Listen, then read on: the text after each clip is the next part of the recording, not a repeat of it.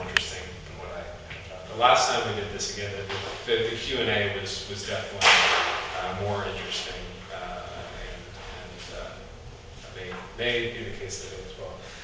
The title of this work, the work that I'd like to kind of be focusing on, is An Epic Revisited. The kind of secret subtitle I had in mind is a desperate and futile attempt to weave together a large continuum of human history, which is, that's, for obvious reasons, part of the official title, but it's a charcoal drawing on paper.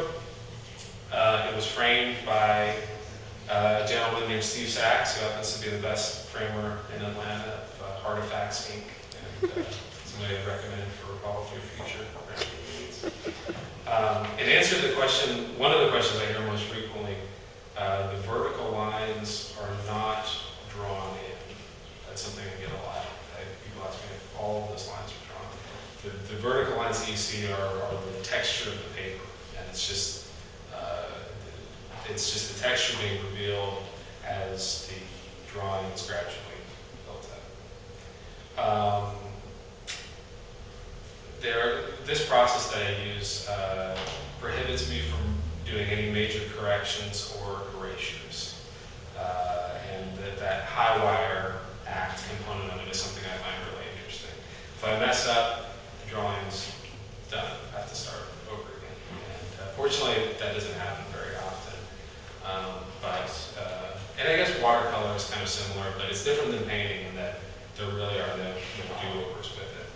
I work left to right like a printer. One of my many robotic traits, I guess you could say, which means I have to have it all figured out when I start, basically. Like I can go back and do minor corrections, but I need a place to put my hand when I'm incising these lines, as far as delineating forms goes. So it pretty much goes across like that, which isn't that weird to anybody familiar with Chuck Close's process. It's basically, he works top to bottom. So it's not that odd. But again, it's different from the way I do paintings. You're right-handed? Yes, right-handed. Yeah. I used to wish I was left-handed growing up for tennis purposes, but at this point, I think it's easier.